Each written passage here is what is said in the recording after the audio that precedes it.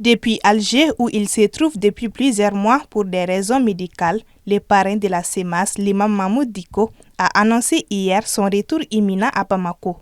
Dans une vidéo de plus de 50 minutes, le guide religieux a pointé du doigt les autorités de la transition. Dans la dite vidéo, l'imam assure qu'il n'y a plus de sérieux dans le pays, laissant ainsi place qu'aux mensonges. Selon lui, il n'y a plus de liberté d'expression car les jeunes, faisant allusion au colonel, sont séduits par le pouvoir et que tout ce qui est dit et qui ne va pas dans ce sens est mal perçu.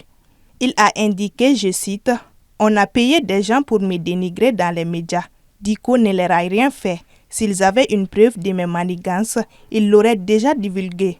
On me dénigre car j'ai refusé d'aider certains qui détiennent un certain pouvoir aujourd'hui. C'est ce qui m'effraie le plus. »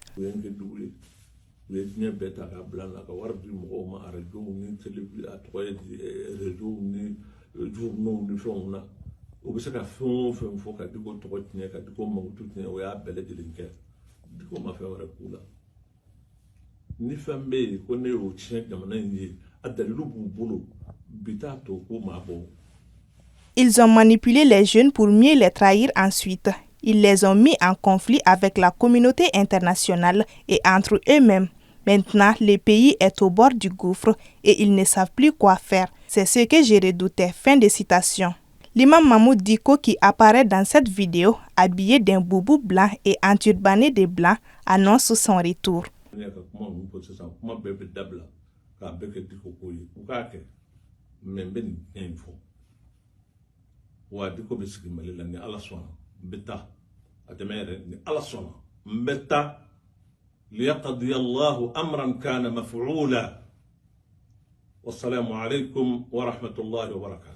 Pour un rappel, la présence de Dicko à Alger sur invitation des autorités de ces pays voisins avait suscité d'énormes interprétations puisqu'il s'y trouvait au même moment que les groupes armés du Nord, signataires de l'accord d'Alger.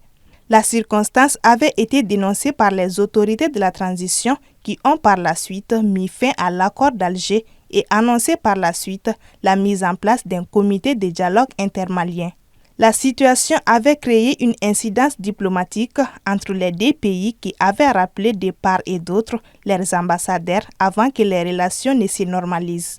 Cependant, l'association de l'imam a été dissoute peu de temps après, lors du Conseil des ministres du 6 mars 2024.